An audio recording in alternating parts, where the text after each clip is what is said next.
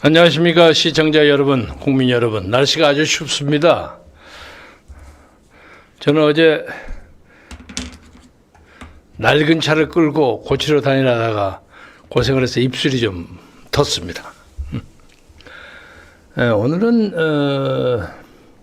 연말을 맞이해서 점입가경으로 들어가는 국민의힘과 더불어민주당의 총선 경쟁 구도, 전략을 중심으로 돌아다니는 화제를 붙잡아서 몇 가지 여러분과 함께 세상의 길을 해보겠습니다. 우선은 오늘 아마 국민의힘은 원로 당원들, 당 원로들과의 회의를 거쳐서 아마 오늘 오후에 하는 것 같아요. 그래서 한동훈 법무장관을 비상대책위원회로 확정하는 방침을 아마 28일경 발표하는 것으로 알려져 있습니다. 그런데 그저께 제가 이 문제에 대해서 윤석열 대통령의 입장으로서는 한동훈 외로는 대안이 없을 거다 하는 발언을 했습니다. 그러니까 찬성 반대를 떠나서 정치인으로서 대통령으로서 자기의 중간평가에 전국에 몰려 있는데 지금 가장 중요한 핵심 과제가 내년 선거의 공천 문제 아닙니까? 근데 이 공천 문제에 대해서는 자기가 가장 믿는 사람하고 이 공천 문제를 논의해야 할 입장이에요.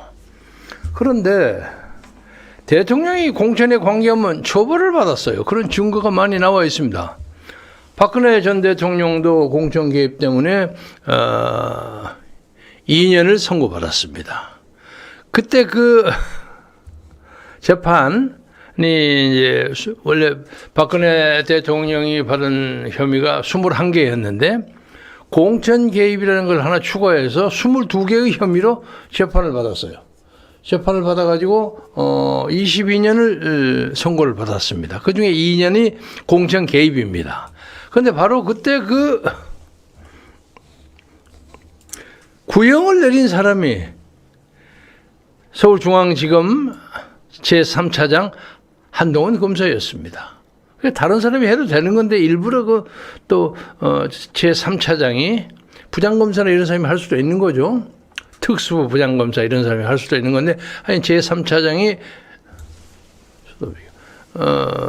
그걸 한 것은 사안의 중대성 때문에 그랬으리라고 생각합니다만 그것이 자기 발등을 찢는 결과를 가져오고 있어요. 이제 만약에 한동훈 법무장관이 비대위원장으로 임명을 받았을 경우에 비대위원장이라는 것은 선거 전반을 총괄하는 거 아닙니까? 지휘 감독하는 거예요. 그러니까 당연히 거기에는 공천자 확정 문제도 자기의 중요한 실무의 하나가 됩니다. 그러면 이 문제를 가지고 대한민국 어떤 사람도 한동훈이가 윤석열과 이 문제에 대해서 전혀 대화를 하지 않고 자기 마음대로 공천 문제를 결정할 것이라고 믿는 사람은 아무도 없어요. 아마 스스로도 그렇게 생각하지 않을 겁니다. 김건희 여사도 그렇게 생각하지 않을 겁니다. 특히 윤석열 대통령과 김건희 여사에 대해서 어떤 편대처럼 대화가 왕래되리라고 많은 사람들이 생각합니다. 그런데 그것이 선거법 위반이 된단 말이에요. 선거법 제9조 1항인가에 걸려요. 그러니까 문제는 자기들이 그걸 하면서도 전혀 증거를 흘리지 않을 만큼 완벽한 비밀 속에서 그 작업을 해야 하는데 그게 과연 가능할 것인가? 그러니까 윤 대통령의 입장에서는 한동훈 법무를 예를 들면 선거대책위원장 같은 걸로 기용해서 아마 여기저기 돌아다니며 연설도 하고 신나게 대중도 끌어가고 그리고 기자들의 포커스도 받고 이런 식으로 하는 것이 좋아요. 그런데 그 사람이 공천자까지도 전부 결정하는 실무의 총책이 될 경우에 실책이 될 가능성이 많습니다. 그래서 그 외로 거기에 적당한 사람을 비상대책위원장으로 그냥 거치레를 하나 모시려고 해도 적당한 사람이 없는 거라. 아무도 믿을 수가 없어. 그제 제가 발언에서 좀 속담을 도대체 믿을 놈이 없다 하는 얘기를 표현한 것처럼, 그래서 불가피하겠는데 그 불가피하다는 것이 그들 스스로의 블랙홀이 되지 않을까, 이것을 경고해 둡니다. 뭐 잘 될 수가 있는 방법이 있으면 또 모르겠지만 한동훈 검사도 이 사람 저 사람 조사해봐서 그 결과가 있을 거예요. 제가 여기 구체적으로 2년 징역을 선고받은 박근혜 대통령이 했던 재판 기록이 여기 좀 있습니다. 재판 보이콧을 선언했던 박근혜 전 대통령 66세, 당시 2018년 기사입니다. 연합뉴스 기사인데, 새누리당 거의 자유한국당 전신 국회의원 공천 과정에 개입한 혐의를 전면 부인했다. 지난해 10월 16일 재판에 참여하지 않겠다는 의사를 밝힌 지 150하루 만에 발언한 겁니다. 그동안 박 전 대통령은 일부 증거를 처리한다는 의견서나 일부 기업 총수에 대한 탄원서 등을 제출한 적은 있습니다. 그러나 본인이 공소 사실에 대해서 이 공천 개입을 안 했다 하는 입장을 밝힌 것은 재판 보이콧 사태 이후에 이번이 처음이다. 그래서 박 전 대통령의 국선 변호인인 장지혜 변호사는 서울중앙지법 형사합의 제32부 부장판사 성창호 심리로 16일 열린, 16일이라는 게 2018년 3월 16일 열린 공직선거법 위반 혐의의 공판 준비기일에서 인용합니다. 곧 공소사실에 대해 피고인의 입장과 증거에 관해 의견 교환이 이루어졌다. 코트를 닫고 말했다. 그래서 장 변호사는 피고인은, 그러니까 박근혜입니다. 피고인은 기본적으로 검찰의 공소사실 기재와 같은 행위를 지시한 적이 없고 보고를 받은 적도 없고 승인한 바도 없다는 입장을 밝혔다. 그 피고인이 구체적으로 밝힌 의견을 정리해서 다음 기일에 말하겠다고 재판을 이제 그 다음으로 연기했습니다.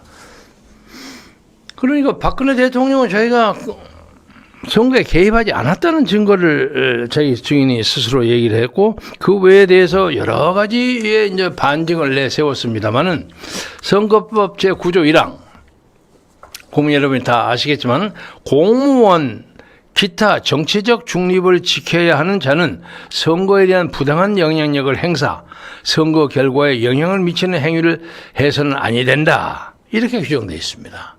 여기를 걸어서 박근혜 대통령 탄핵 심판에 2년의 선고를 추가한 것이 바로 문제를 핵심한 것. 당시 중앙지검장 윤석열, 당시 중앙지검 제3차장 한동훈이 22년을 구형한 사건입니다.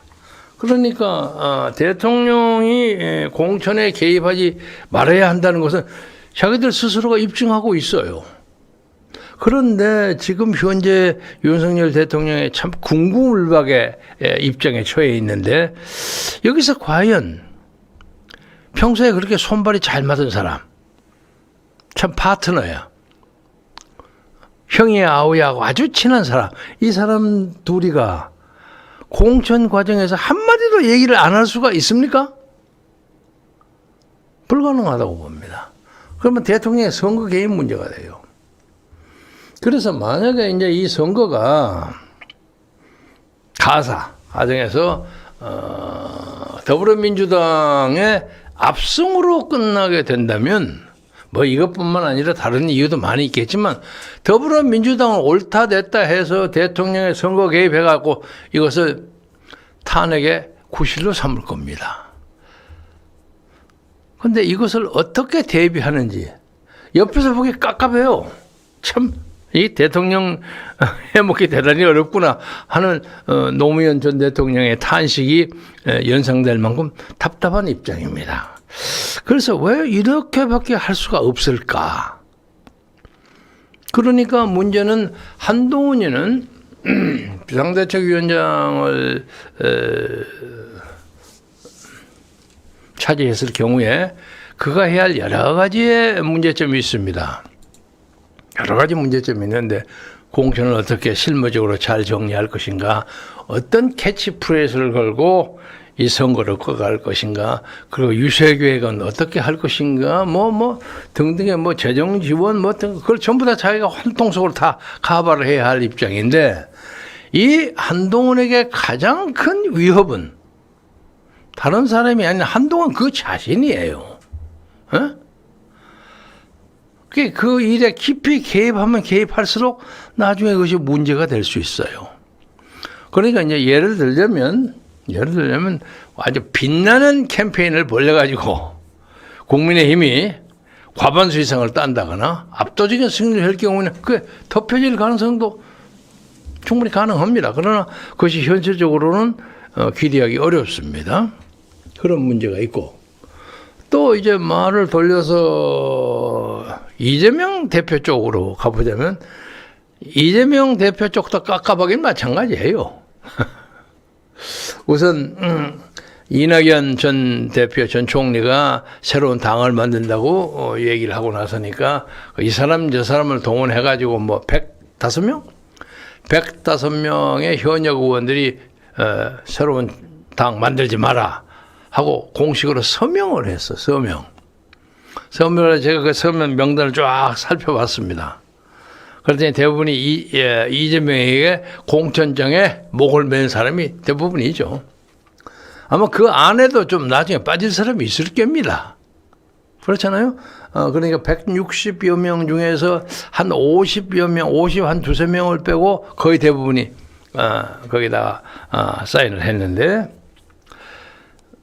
그러니까 계산 3번으로 해보자면 거기에 사인을 거부했던 사람, 안 했던 사람, 시간이 안 맞춰서 안 됐던 사람, 이런 사람은 한 50여 명.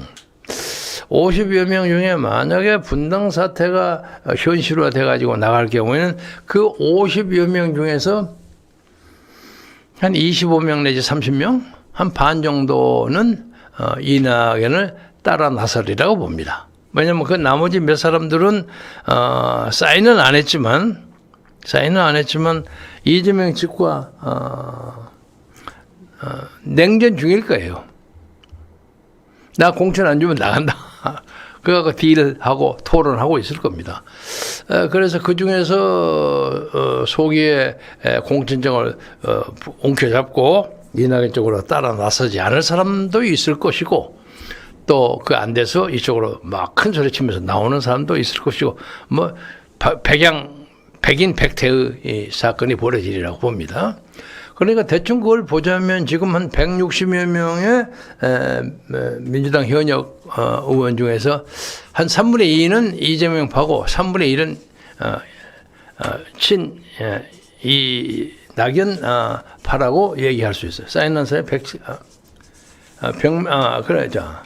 지금 사인은 105명이 했죠.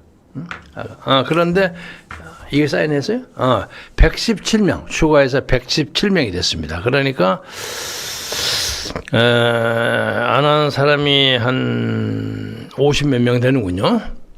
50은 167명이니까 48명? 47명. 47명 정도가 사인을 안 했습니다. 그렇지? 그렇게 되니까 50명? 50명이 사인을 안 합니다. 160 그렇습니다.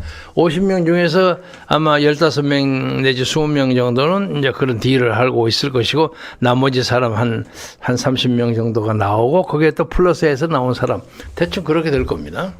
그래서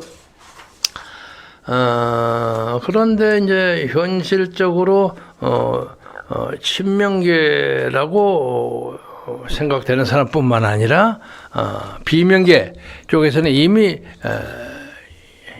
이재명의 그 측근들이 가서 현지에다가 캠프를 치고 그냥 활동하고 난리 법석을 치고 말썽 나고 그런 거 있었죠. 그래서 무슨 전직 무슨 경찰관 때려잡는 일에 가담했다는 혐의로 형사적인 책임을 져서 옥고를 치렀던 사람이 거기 들어갔다. 그래가지고 그 사람은 서류 잘못으로 빠졌다 해서 또 취소하는 해프닝도 벌어졌고, 또 그 사이에 이재명의 상임 부대변으로 열심히 그 참 TV나 이런 데 나와서 친명을 옹호했던 그 이아무개라는 부대변인이 그 사소하다만 사소한 무슨 몇 년 전에 무슨 운전사고에서 뭐 보복 운전을 했다는 것으로 그냥 대서특필이 되고, 그래서 본인은 억울하다고 뭐 항소하고 어쩌고 했습니다만, 아무튼 그것 때문에 그 이아무개 본인은 상당한 심대한 타격을 받은 것은 맞습니다. 그러니까 그것을 보면은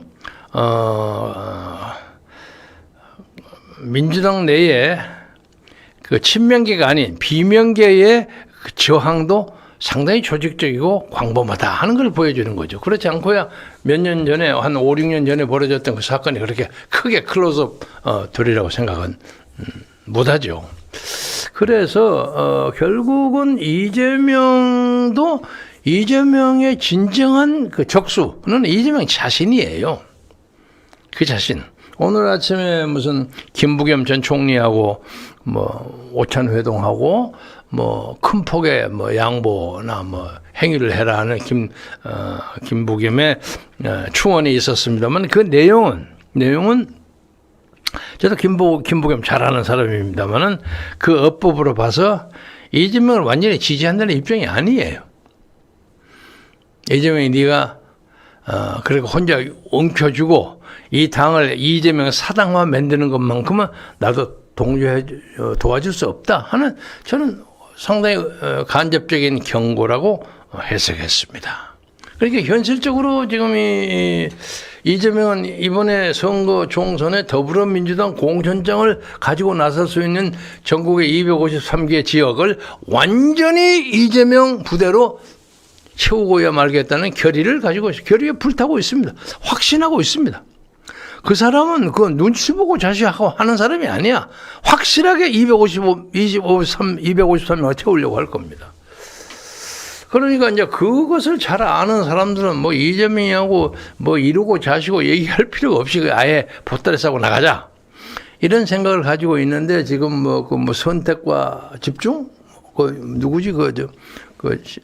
비명계 상식과 공정? 뭐야? 다시 읽어봐. 공정, 그렇지가 않나? 새로운 선택? 이름이? 새로운 선택. 하여간 윤영찬, 이런 등등이 활약하고 있는 그 사람들도 당의 개혁을 바라고 이제 압력을 넣고 있지만, 그 사람들 스스로도 이재명이가 변하리라고는 생각하고 있지 않는 것처럼 보여요. 그 표정에서도 그렇게 보여.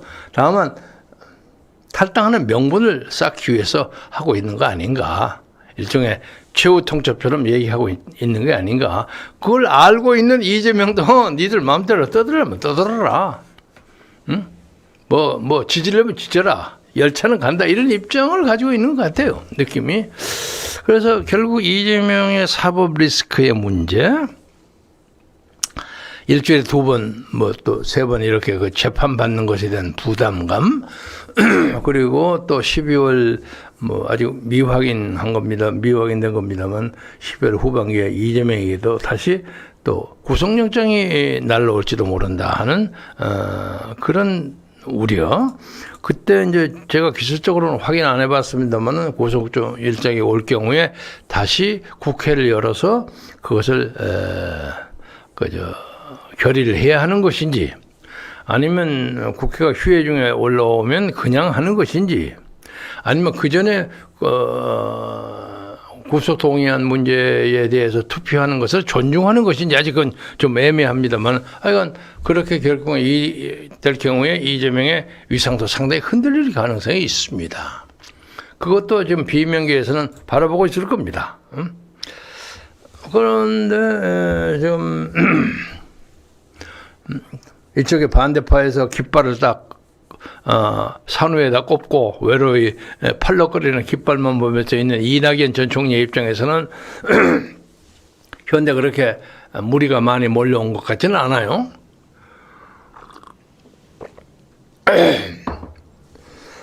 그러나 자기도 생각하는 바는 있을 겁니다. 언젠가 몰려올 것이다. 그러고 있는데 재미있는 것은 갑작스럽게 이 드라마에 국민의힘 소속인 안철수가 끼어들었어요. 그래서 그 안철수 얘기 좀 띄워보세요. 아마 이번 연말 전국의 가장 히트야. 연말 안철수 의원이 이낙연 전 대표 국민의힘으로 오십시오 했단 말이야. 그래서 사람들이 배꼽을 잡습니다. 그 말이 진심일까? 기다려도 돼요. 그래서 저것을 진실로 옳으라고 생각하면서 제 얘기를 했을까? 아니면 이재명에게 속된 말로 엿먹이려고 저런 말을 했는가? 애매해. 그런데 이 안철수라는 사람도 재미있는 사람이 항상 여러 사람하고 같이 파트너십을, 원래 이제 형사도 가면 두 사람을 파트를 만듭니다. 왜냐하면 어디 가서 업무 수행 중에 서로 간에 보호해주고 그래야 되기 때문에 두 사람을 하는데, 파트너, 그러니까 안철수의 최초의 파트너가 누구예요? 박원순이었죠. 그 다음에 문재인이었죠. 그리고 최근에는 윤석열이었죠. 아주 센 사람들하고만 파트너를 해. 근데 네 번째로는 이낙연이하고 파트너를 하고 싶은 모양이야. 그런데 그걸 알고 이낙연이가 국민의힘으로 과연 가려고 하는 것을 만분의 1이라도 생각을 하겠습니까? 그렇죠? 웃겠죠. 저 사람 정말 웃기네 그럴 거 아니에요. 그런데 제가 생각에는 안철수는 거기서 나오는 것을 기정사실로 해가지고 차라리 제3시대에 뭘 만드는 게 어떠겠느냐. 그런 의미에서 내 당신하고 파트너 할 용의가 있다. 이런 뜻을 얘기하는 거 아닌가. 그러니까 이제 이 문제에 대해서 비명계 이원우 의원이 안철수에 대해서 아무리 정치의 도의가 바닥을 쳤더라도 해서는 안 될 말이 있다. 이낙연 전 총리에게 사과하십시오 하고 받아쳤어요.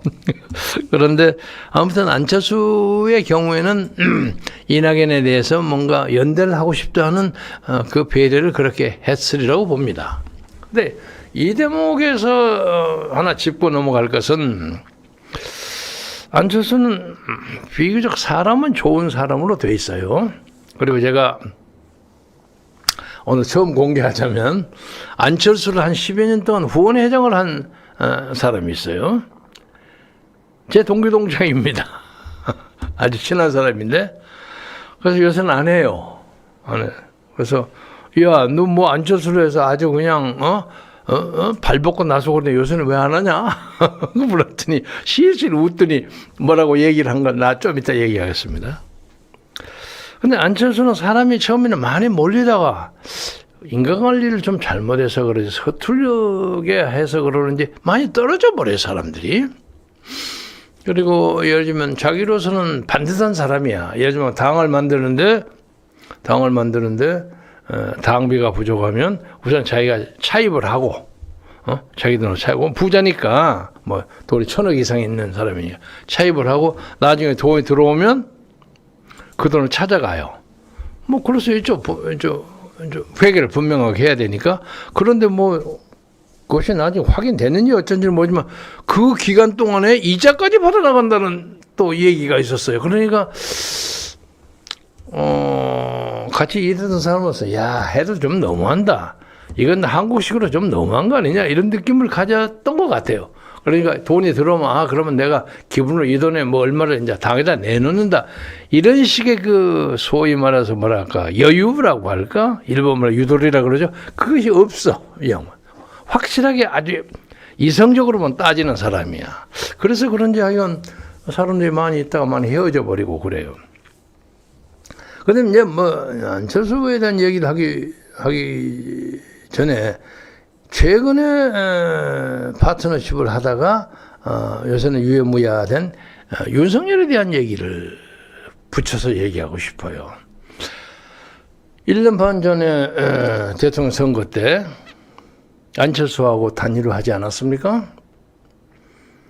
그래서 뭐 구체적으로 딱 컴퓨터로 뽑아낼 수는 없지만 일반 사람들이 생각하기에는 안철수의 양보 때문에 그래도 간신히 윤석열이가 이겼다 하고 생각하는 것이 중론이라고 생각합니다. 그 사건, 그 사변, 그 대행사에 직접적으로 관여한 저의 경험과 생각도 그러합니다. 그런데 그리고 난 다음에 윤석열의 안철수에 대한 대우는 너무도 소홀했어. 나 안철수를 옹호하려고 하는 게 절대 아닙니다만은 너무도 소홀했어. 하다못해 안철수가 윤석열 밑에서 무슨 장관을 할 군번은 아니에요. 그렇죠? 난 하다못해 한 1년 동안이라 총리라도 시킬 줄 알았어요. 근데 그것도 안 하더라고요. 이건 묵살해버려요. 그리고 저 분당에 무슨 좋은 선거구에 가서 선거하라고 그냥 내버려 두고. 근데 지금 선거도 거기가 지금 복잡해. 분당 을인가 갑인가? 거기에 그 김은혜 안철수 누구예요? 윤 대통령이 아주 측근 중에 측근 홍보수석 김은혜가 원래 그 자리에 영국권을 가지고 있고 또 보훈부 장관이던 박민식 군이 또 거기에 관심을 갖고 그것도 빼어나는 정치인이거든. 제가 또 잘 아는 후배입니다. 만만치 않아요. 그런데 안철수가 꼭 공천을 받으려는 보장이 없습니다. 물론 경선하겠지만 경선을 해도 글쎄 안철수가 승세가 그렇게 확실할까? 지난 몇 년 동안에 김은혜의 영향력이나 이걸 제쳤을까? 아니면 김은혜가 안 나오면 박민식이가 그렇게 이제 윤석열 대통령의 어떤 그 후광을 입어서 거기를 간다면 새로 나타난 뉴스타처럼 보이는 박민식하고 경쟁해서 이길 수 있을까?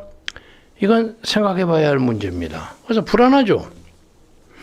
그러니까 모든 것이 공천과 관계가 있어. 공천과 관계가 있는데 제가 이제 이런 얘기를 길게 하는 이유는 어쩌면 안철수는 이낙연을 국민의힘으로 오라고 하는 얘기보다는 나와 같이 제3당을 만들자 하는 사인을 보낸 것처럼 보여요. 그런데 지금 현재 우리나라에 두 당이 가지는 제가 뭐 전략적 그리고 상호 배타적인 그 공정관계라고 설명했죠. 두 상대가 있어 서로 상대가 있는데 서로 아주 적대적이야. 적대적인데 이기고 지고 딱 싸우면 그 링에는 이 두 사람만 들어와야 돼. 다른 사람 들어오면 안 돼. 니들은 인마 여기 들어올 자격이 없어 이거야.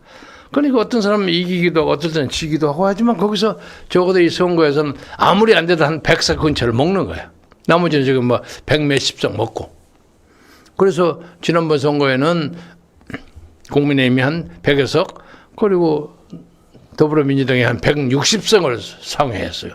잘못하면 개헌선을 위협할 정도로 180석이면 개헌선 아닙니까? 한 몇 석 거기에다가 무슨 지금도 그 독한 마음을 먹으면 무슨 진보당 이런 개혁정당의 수에다가 또 국민의힘의 몇 사람의 배신자 옛날 유승민이나 뭐 이 김문성 같은 사람 붙이면 탄핵을 하고도 남아. 그런 세력을 가지게 된단 말이에요. 그래서 제3당의 존재, 중도의 제3당의 존재가 필요하다는 건 논리적으로 충분히 성립될 수가 있습니다. 그래서 이낙연, 안철수 거기에다가 지금 뭐 당 만든다고 왔다 갔다 하는 사람들 싹 모아본단 말이에요. 뭐 이준석이도 그렇고 금태섭이도 그렇고 양향재도 그렇고 거기다가 약간의 성향은 좀 다르지만 요새 그래도 여러 가지 압도적인 금력으로 세를 올리고 있는 전화무게 목사의 당이라든 이걸 싹 뭉치면 이게 큰 세력이 된다. 될 수 있다. 이것이 많은 정치 전문가들의 진단이라고 저는 알고 있습니다. 아마 그런 것을 얘기한 것이 아닌가 그런 느낌이 들어요. 그래서 아무튼 이 연말 전국에 이재명도 이재명 나름대로 고뇌가 많습니다.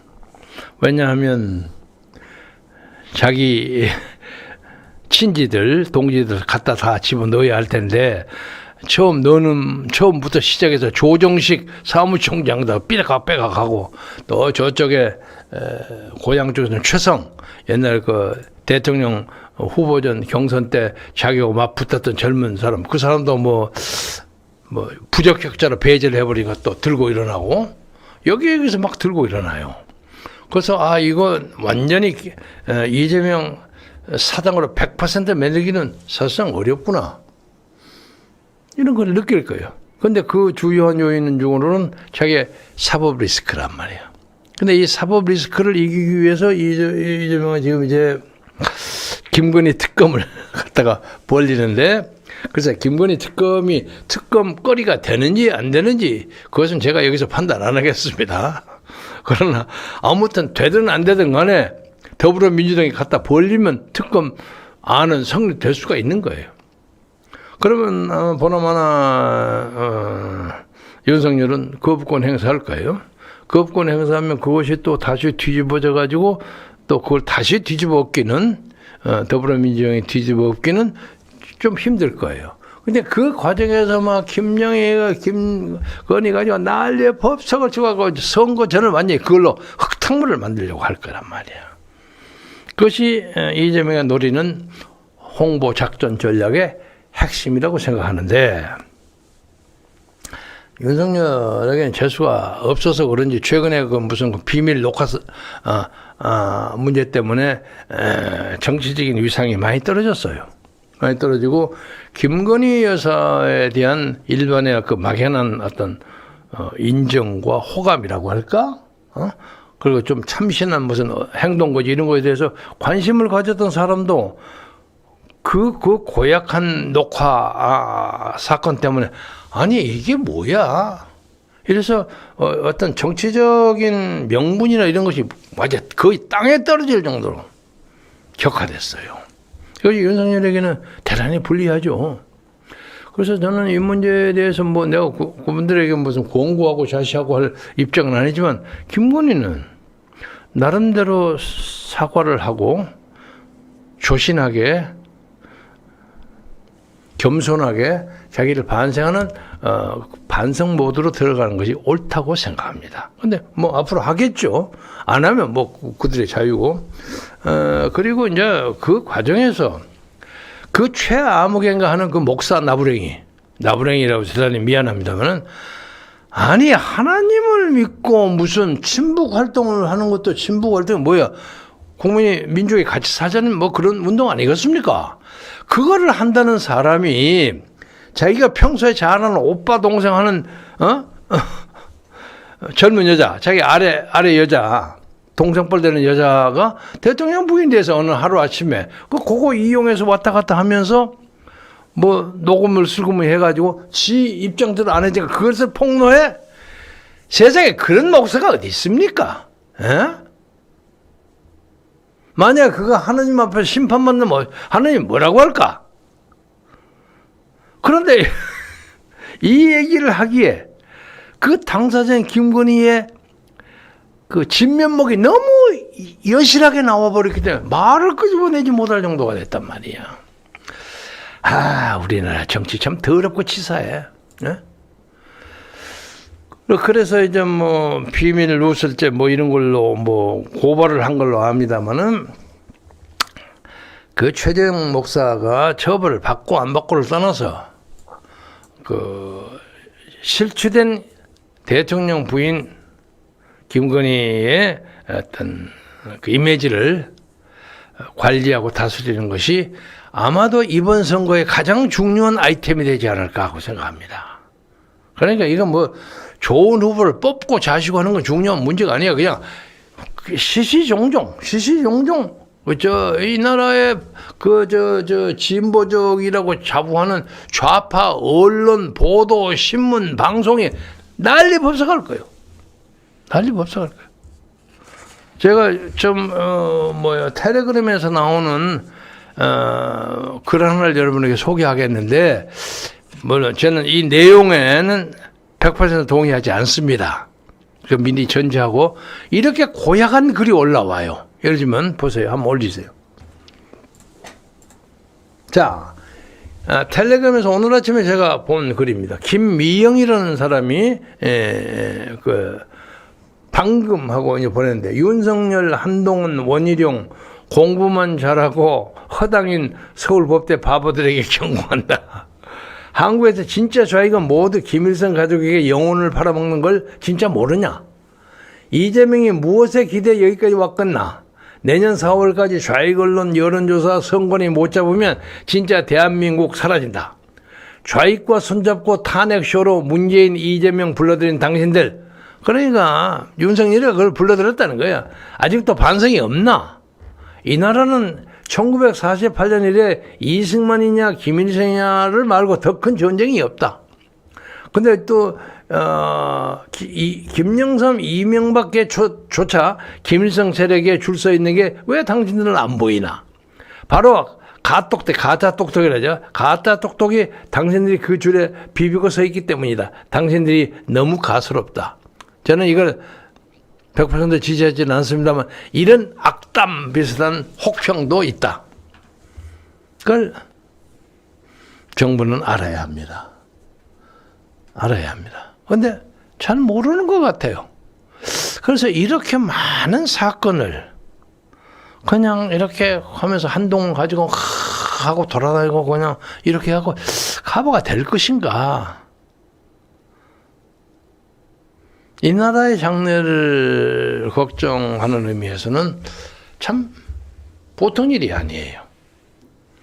그래서 누누이 우리가 얘기합니다. 누누이 얘기합니다. 이 정부, 국민의힘이 이 선거에서 최소한도의 현상 유지 플러스 과반수에 접근하는 정도에, 저는 그 이상은 크게 올라가기 어려우리라고 봅니다만, 그걸 하기 위해서도 해야 할 방법이 있다면 사전투표를 중지시키세요. 그것은 법을 하지 않고도 무슨 시행령을 조정한다거나 이런 식으로 해가지고 충분히 법을 하면 이제 뭐 더불어민주당에서 반대할 테니까 해봐도 좋아요. 해봐도 반대하면 그 안에 시행령을 만드는 방법도 해가지고 그거 하고 수개표를 하세요. 수개표. 그리고 누누이 제가 말씀드렸죠. 우리나라보다도 적어도 기술, 테크니컬 레벨에 있어서는 절대로 밑에 있다고 보아지지 않는 전통 있는 나라 독일도, 독일 서독, 옛날 구서독, 독일도, 통일 조국도 투표는 마지막에 수개표로 한다 하는 것이 헌법에 들어있어요. 헌법에. 아무도 고치지 못하게. 그 사람들이 컴퓨터 이거 못 만져서 그러겠습니까? 인간이 차근차근 최종적으로 인간의 눈으로 확인한 것이 가장 정확하다고 보는 겁니다. 그리고 대한민국의 메이드 인 코리아의 그 선거 기계가 전부 전 세계에 나가서 사건 많이 벌리고 대통령이 쫓겨나고 폭동이 일어나고 여러분 다 아시잖아요. 왜 그걸 가만두냐 말이야.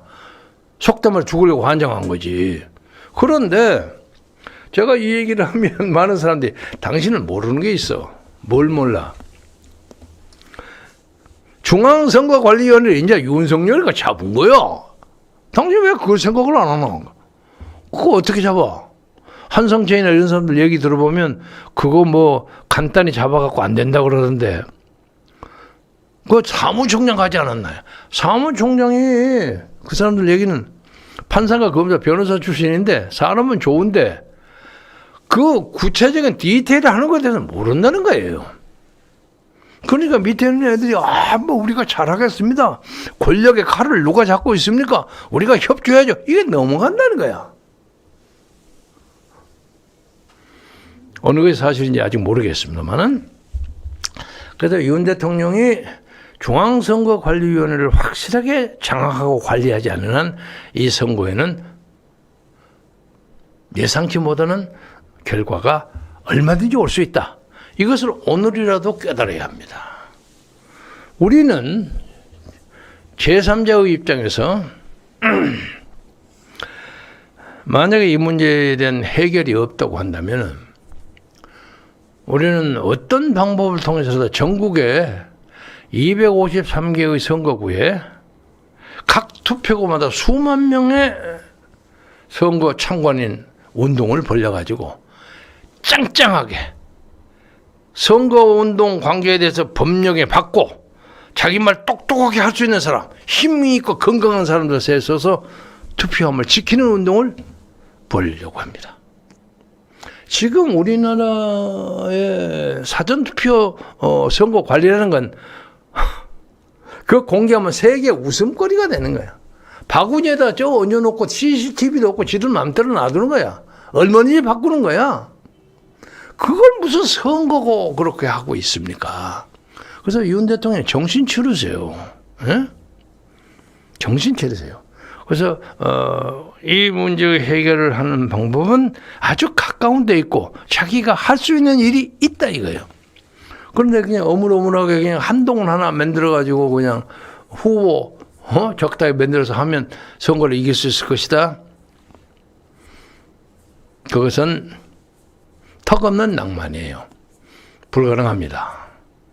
이것을 알았으면 뭐 윤석열 대통령을 보고 옹호하려고 하는 건 아니라 이 나라의 자유민주주의를 지키기 위해서 윤석열 정부도 한몫을 하고 있기 때문에 어떤 의미에서 가장 중요한 역할을 하고 있기 때문에 이 얘기를 끄집어내는 것입니다. 그래서 지금 말씀 마무리하자면 한동훈의 어떤 개인적인 역량 이런 것은 제가 보기에는 아주 빛나고 활동력이 좋은 선거대책위원장이 좋아요.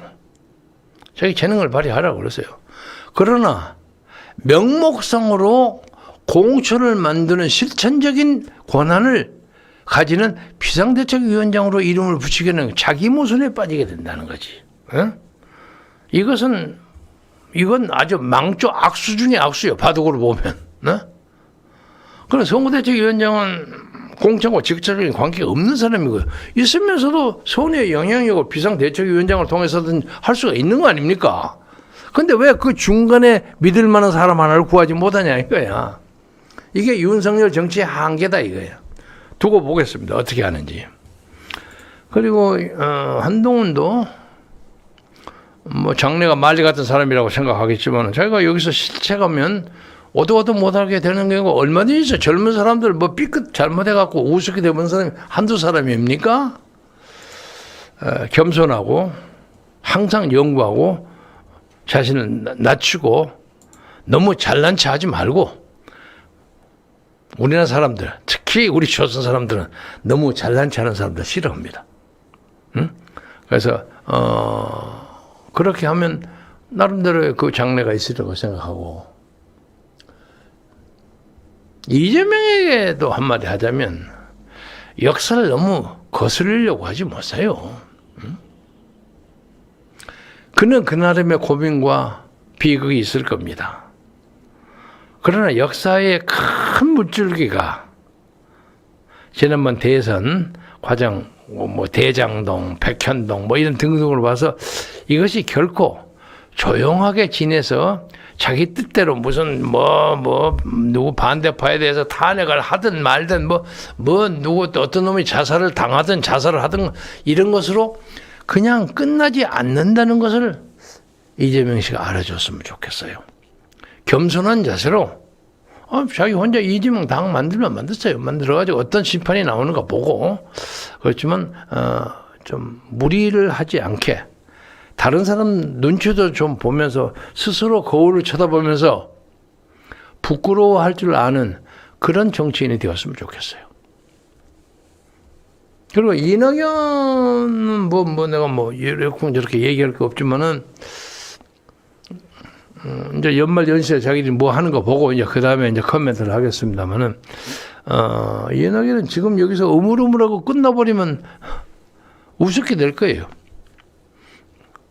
그리고 지금 뭐 타협해서 뭐 그쪽으로 또 예지면 이재명하고 다시 손을 잡는다? 그러면 대한민국 현대 정치사의 가장 우스꽝스러운 코미디가 될 거예요. 뭐 그것도 원하는 바면 또 못할 거 없죠. 그런 거지만 아무튼 이 연말연시 세상 인기의 스펙타클을 가지고 딱 보면 참 거기서 왔다 갔더니 이재명, 한동훈, 윤석열 무슨 뭐 안철수, 이낙연 등등 사람들이 참 재미있어요. 재미있어요. 그러니까 무슨 게임들이 집 짓는 거 이렇게 위에서 쳐다보는 것처럼 다 그거 보여요. 뭐 완벽한 건 아닙니다만은 그래서